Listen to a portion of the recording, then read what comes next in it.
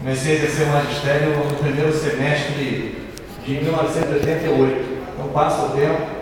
Então, ao longo desses quase 25 anos, durante 2 anos e meio no ensino superior privado e a partir de 1990 na Universidade Federal Fluminense, foram milhares de alunos e alunas a quem ensinei e com quem aprendi. Então queria fazer aqui o registro dessa data, um registro muito especial, é claro, aos meus colegas, diretos e diletos colegas da Universidade Federal Fluminense, da minha querida Faculdade de Educação, e também aos meus colegas, também com quem tem muita proximidade, do Magistério da Educação Básica aqui de Niterói, rede estadual, rede particular, Colégio Pedro II, mas também, e especialmente, os colegas da rede municipal, com quem interagi durante alguns anos na experiência que vivenciei como secretário de Educação. Portanto, fazer o registro e também hoje mencionar também o dia da merendeira, né? Então nós temos aí um dia também de uma importante profissional da educação, uma trabalhadora da educação, trabalhadoras e trabalhadores, mas em geral mulheres, né, que atuam uma dimensão importante da educação das nossas crianças, que é a educação alimentar. Então queria também aproveitar para saudar, e especialmente as minhas queridas colegas merendeiras da Rede Municipal de Educação de Niterói, com quem tive uma relação muito boa e que tem muitos desafios pela frente, até porque há 6 meses se espera que o plano de cargos de carreira e crescimento dos profissionais da educação, que envolve uma série deveria envolver uma série de melhorias pactuadas naquele momento posterior à última greve, e que até agora não chegou, mas de qualquer maneira faço aqui o registro também para merendeiros e merendeiras. Mas, senhor presidente, eu gostaria principalmente, na tarde de hoje, me pronunciar o que não tenho feito praticamente ao longo dessa campanha eleitoral, mas queria me pronunciar sobre a campanha eleitoral. Sem fazer aqui pedido de voto, porque isso aqui não é horário eleitoral gratuito, mas eu quero discutir a campanha eleitoral a partir de um fato que chamou muito a minha atenção, que foi o programa de televisão do candidato a prefeito Felipe Peixoto, veiculado na data de ontem, e que foi um programa fundamentalmente assentado em baixarias, agressão e violência. Eu quero tratar disso aqui. Eu quero dizer o que me parece desse tipo de conduta, não sem antes dizer que conheço o Felipe. Tive a oportunidade de exercer o mandato com o Felipe aqui nessa casa.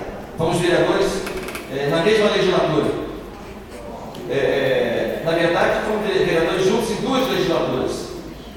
Na segunda, ele acabou interrompendo o mandato para assumir um novo mandato na Assembleia Legislativa, do qual depois se licenciou para ser secretário do governo Cabral de abastecimento e pesca, ou desenvolvimento regional e pesca. Conheço o Felipe e disse durante a campanha eleitoral, em vários comícios, em várias reuniões, que tinha do Felipe uma impressão positiva.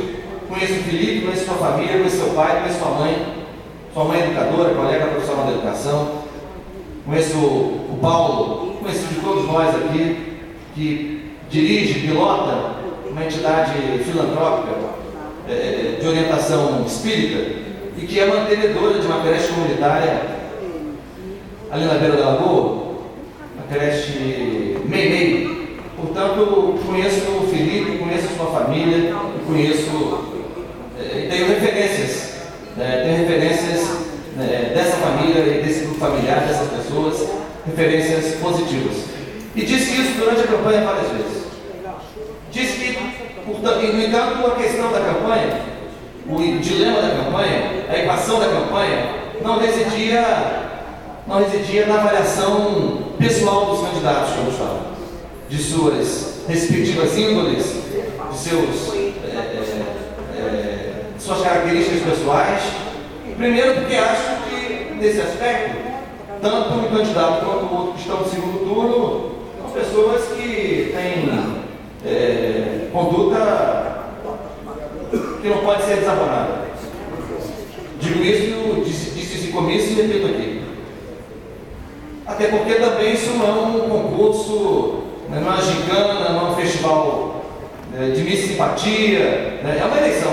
É uma eleição, e numa eleição que se está em jogo, que se coloca em jogo, são programas, projetos, ideias, propostas. E por isso me chamou muita atenção o programa de ontem. O programa que ataca o seu oponente, ataca o candidato do meu partido, o candidato Rodrigo Neves, que é atacado como corrupto, como desonesto, enfim. Então, aquilo me pareceu, primeiro, absolutamente surpreendente. Por outro lado, sintomático de uma situação de desassossego e de desespero, que, a meu ver, começa a povoar a campanha do candidato Felipe Peixoto. Só isso explica, nada mais explica, na minha opinião, conhecendo Felipe e sua família, considerando também que até o presente momento, a única menção direta ao Felipe, o único qualificativo que a nossa campanha tem feito em relação ao Felipe, faço aqui no microfone, já tinha feito no início da campanha, faço nas ruas, faço nos comícios domésticos. O único qualificativo que se diz do Felipe da nossa campanha é que ele é o candidato de Jorge Alberto Vieira. Isso lhe parece ofensivo? Dizer que ele é candidato do atual prefeito? Isso não é uma ofensa. Estamos constatando que nesta conjuntura política, o Felipe, filiado ao Partido Democrático Trabalhista, ao PDT, é não só o candidato do PDT, mas o candidato deste governo, o candidato do atual prefeito, que o lançou, inclusive. Essa foi a única menção, não é nem pessoal, mas da característica política diretamente aplicada ao candidato, que tem sido feita por nós.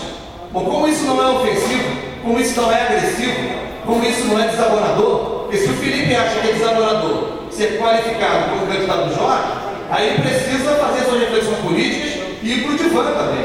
Porque não é só a política que vai resolver, não. Vai ter que resolver a psicanálise. Porque se ele acha que ser tratado como candidato do Jorge Roberto é algo ofensivo, não dá para entender. A gente precisa saber do que a gente está falando aqui. Que ele é candidato desse governo. Se ele acha vergonhoso dizer isso, aí essa questão ele não vai poder resolver só na política, só no debate político. Vai ter que resolver explorando, André, as suas subjetividades, explorando o seu subconsciente. Aí não é a política que ajuda, é uma outra ciência, aí é a psicanálise, é a psicologia. A partir daí, senhor presidente, eu queria discutir um pouco a questão da ética, que o nosso candidato foi apresentado como corrupto, como uma pessoa desonesta, sob a alegação de que todos nós do PT somos criminosos e somos bandidos e somos todos, portanto, réus, todos sem exceção, os milhões de filiados do PT, somos todos sem exceção réus na ação penal 470 que tramita no Supremo Tribunal Federal, apelidada de mensalão. Quero aqui dizer que as pessoas que direta ou indiretamente tiveram algum tipo de envolvimento ou de implicação com esse caso, estão sendo julgadas. Tem havido condenações, tem havido absolvições. O Supremo Tribunal Federal, a mais elevada instância do Poder Judiciário da República, inclusive uma instituição cuja principal função é zelar pela proteção e pela aplicação da Constituição, não é isso, doutor Emanuel Rocha? Antes de tudo, o STF zela pela constitucionalidade dos atos praticados pelas entidades, pelos cidadãos desse país. Lembrando, inclusive, que na atual composição do STF, dos 10 ministros, já que um está aposentado, acabou de se aposentar, e o novo ainda não foi confirmado, né, se aposentou, o César Peluso, dos atuais 10 ministros do STF, 7, portanto 70%, foram indicados ou pelo governo Lula ou pelo governo Dilma. O que quer dizer que o STF funciona hoje da maneira mais republicana possível, que está julgando personagens que tiveram no passado participação no governo federal, nesse mesmo governo que nos indicou. Isso não tem impedido que cada um ali se coloque com imparcialidade, com isenção, cada um com a sua consciência. A gente às vezes escolhe de um voto, concorda com o outro, mas aí é o debate jurídico, é o debate do conteúdo do voto de cada ministro, de cada juiz do Supremo Tribunal Federal. Mas Aires Brito, o presidente que vai deixando o Supremo, Joaquim Barbosa, o relator dessa ação penal, vice-presidente e recentemente eleito presidente, Ricardo Lewandowski, o revisor, e recentemente eleito vice-presidente do Supremo, Carmen Lúcia, Dias Toffoli, Luiz Fux, que já esteve aqui, inclusive em homenagem promovida pela Câmara Municipal, se não me engano, por iniciativa do vereador Rodrigo Fará, e Rosa Weber, são 7 ministros indicados pelo governo Lula ou pelo governo Dilma, né? Que quer dizer que não pode pesar nenhum tipo de desconfiança sobre o processo tal como ele vem andando, ele vem se desenrolando. Agora, trabalhar com essa ideia desprovida de conteúdo, de fundamento, de argumento, de que o presidente Paulo Baqueira, por esse programa de TV, eu posso a qualquer momento bater a sua carteira. A qualquer momento, Vossa Excelência, tome cuidado, se eu passar perto de Vossa Excelência, eu posso agir como punguista e bater a sua carteira. Então, eu acho que isso está no patamar do desespero, do desencanto, da desesperança e da mais absoluta ausência de propostas, de programa, de projetos, de ideias para debater com a sociedade de Niterói.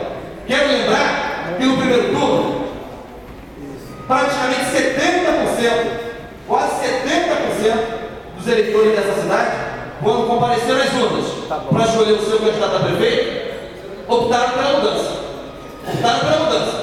Qualquer que seja a leitura que nós tenhamos aqui, das 4 candidaturas que se apresentaram como alternativa ao candidato Chapa Branca, ao candidato oficial, ao candidato Jorge Alberto Silveira, que é Felipe Peixoto, seja Sveiter, seja Heitor Fernandes, seja Flávio Serafini, seja Rodrigo Neves, esses 4 candidatos se apresentaram no processo eleitoral, se colocando como contrários, como alternativos, como oposicionistas ao governo atual e ao seu candidato, arregimentaram quase 70% dos votos. Qualquer que seja a diferença programática, a gente pode avaliar que uns são mais mudancistas que outros, que uns têm mais legitimidade para reivindicar condições de candidato à mudança, isso é um outro debate. Mas o candidato do governo, e o governo representado por seu único candidato, teve apenas 30% dos votos, um pouquinho mais. O que quer dizer que a cidade já mandou um recado no primeiro turno. E aí, senhor presidente, eu gostaria também, já que a pauta foi trazida pelo programa do candidato Felipe Peixoto, eu tenho particular interesse em fazer o debate da questão da ética. Eu não me furto de fazer esse debate, partindo do pressuposto de quem quer que seja, qualquer que seja a pessoa, qualquer que seja o cidadão, qualquer que seja a entidade, pública ou privada, tem que responder por seus atos, na forma da lei, com direito ao amplo direito de defesa e à emergência do contraditório, mas tem que responder na forma da lei, como está acontecendo no Supremo Tribunal Federal. Agora, me interessa também falar de ética e discutir a ética no que diz respeito aos assuntos municipais, às questões municipais, à gestão municipal, ao governo municipal, às iniciativas do governo representado por Felipe Peixoto. Também me interessa. E não vamos fazer um debate ético apenas no plano nacional ou internacional. Essas eleições são municipais. Essas eleições escolheram vereadores e vão escolher em Niterói ainda, o processo não terminou, o próximo prefeito da cidade. No Facebook, onde esse debate também está acontecendo, entrou no debate o senhor Cláudio Cardoso. O senhor Cláudio Cardoso, salvo engano, assessorava ou assessora o presidente da Imusa, José Bocazel. Estivemos em reunião com ele aqui logo depois da tragédia de abril de 2010. E eu faço um debate entusiasmado sobre ética, que me chama a atenção, que não faz nenhuma menção, vereador André Diniz, a ética do abandono das mais de 3 mil famílias desabrigadas nessa cidade desde a chuva de abril de 2010, para as quais, até agora, 2 anos e meio depois, o governo de Cláudio Cardoso, o governo representado por Felipe Peixoto, não começou sequer a construir uma casa, uma sequer. Não sei, se alguém souber de uma, me avise, e eu modifico o meu discurso, por iniciativa do governo municipal, com o orçamento municipal. Então quero falar da ética também, do abandono a que foram submetidas essas pessoas no pior momento de suas vidas. No pior momento de suas vidas. Não tinham perdido o que havia de mais precioso pelos seus entes queridos. Sua casa, seus bens, seus poucos bens na maior parte dos casos, seus documentos, suas referências, que foram tratadas da pior forma possível. Ali na quadra da nossa gloriosa escola de Andor, ali no sol, na chuva, na maior confusão, no caos absoluto, no desrespeito absoluto, pessoas que tinham perdido tudo, André.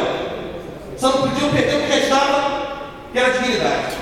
E foram tratadas da pior maneira possível. Tanto que até hoje nós temos centenas delas ali no terceiro PI na Avenida Cruz. Eu quero falar dessa ética também.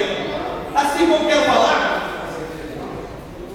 da ética da renovação, por mais de 20 anos, ao apagar das luzes do governo, por iniciativa do prefeito, da concessão do transporte rodoviário na cidade. Seria ético, já que nós temos um processo eleitoral em curso, esperar que ele fosse concluído. Da mesma maneira, eu quero falar da ética do lançamento do novo edital do Túnel Charitas Cafular, estimado em 171 milhões de reais, e já apelidado na cidade edital do 71, quase o triplo do valor programado há 5 anos, quando do lançamento do primeiro edital. Também quero falar, doutor Emanuel Rocha, da ética dos pacotes pedagógicos e dos brinquedos comprados com o orçamento da educação a preços estratosféricos e sem nenhum diálogo com as escolas. E também me interessa falar de como, com o milionário orçamento da saúde municipal, a prefeitura alega que não consegue manter aberto, tem que referenciar que é pedido de fechamento hoje, o único serviço público de emergência pediátrica da cidade. Quero falar também da ética da desativação da patrulha escolar nessa cidade. Esse serviço feito pela valorosa Guarda Municipal, que dava segurança, protegia, prevenia o entorno das comunidades escolares e que o prefeito desativou sem explicação. Quero também falar da ética de todo o processo de desapreço, desatenção, falta de cuidado, falta de acolhida, não só no campo da habitação popular, mas no campo da assistência social dessas pessoas que até hoje vivem do mesmo jeito que viviam há 2 anos e meio, quando suas encostas e casas caíram. Aliás, as encostas estão do mesmo jeito. Então eu quero perguntar simplesmente o seguinte: de que lugar se fala de ética? De que lugar se fala de ética? Eu quero debater ética, eu vou ficar debatendo ética, mas eu quero falar também que é preciso ter prudência, ter cuidado, ter argumento, senão esses programas, essas baixarias, essas violências desprovidas de conteúdo e que não agradam a população, que a população não aprova quem bate e não apresenta proposta. O eleitor, de modo geral, não endossa quem ataca, quem agride, quem difama, quem pratica calúnias e não apresenta nada como alternativa. Não apresenta conteúdo, não apresenta projeto, não apresenta ideia. Então eu quero dizer, senhor presidente, que a ética das obras faraônicas nunca completadas do mergulhão, do terminal de transbordo do Largo da Batalha, quero falar de todos esses aspectos que têm implicações éticas, que envolvem recurso público, que envolvem gestão pública, que envolvem expectativas e esperança das pessoas, que envolvem a vida das pessoas. Então, vereador Diniz,